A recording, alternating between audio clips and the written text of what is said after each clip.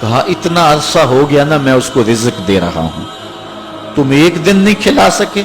اب حضرت ابراہیم اس کو ڈھونڈ رہے ہیں، وہ دور پہاڑ پہ جا چکا ہے، اس کے قریب پہنچے، کہا میاں کھانا ٹھنڈا ہو رہا ہے جلدی آؤ۔ اس نے کہا ایک شرط ہے، تمہارے رب کا نام نہیں لوں گا۔ کہا نہ لینا آؤ۔ تو کہنے لگا لہجے میں اتنا گداز، اتنی نرمی کیسے آ گئی؟ تم تو کہتے تھے رب کے نام کے علاوہ کھلاؤں گا نہیں۔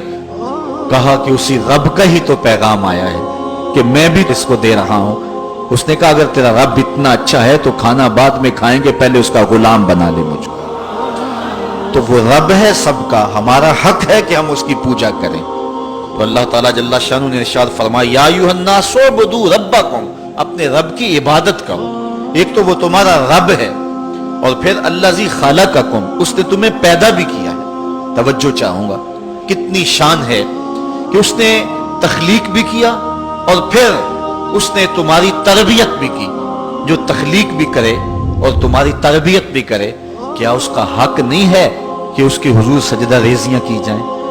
ساری زندگی انسان ماں کی خدمت کرتا رہے تو بتاؤ ماں کی خدمتوں کا بدلہ دے سکتا ہے؟ ماں کے پیار کا صلہ دے سکتا ہے؟ تو انسان جتنی مرضی خدمت کر کے ماں باپ کو راضی کرنے کی کوشش کرے وہ تو راضی ہوتے ہیں، بلکہ نالائق اولاد کے لیے ماں باپ کی دعائیں اور زیادہ ہوتی ہیں۔ تو انسان ان کی خدمت کا حق نہیں دے سکتا۔ ماں باپ کے اتنے حق کیوں ہیں؟ اس لیے کہ ماں نے بیٹے کو جنم دیا، جس نے جنم دیا ہے اس کے اتنے حق ہیں، تو جس رب نے خلق کیا ہے اس کے کتنے حق ہوں گے؟ جس نے تخلیق کیا ہے، دستے قدرت سے بنایا ہے، تو پھر اس کے کتنے حق ہوں گے؟ تو مجھے بتائیے اس شخص سے بڑا بدبخت کوئی ہو سکتا ہے جو اللہ کے حضور سجدہ ریزی نہیں کرتا؟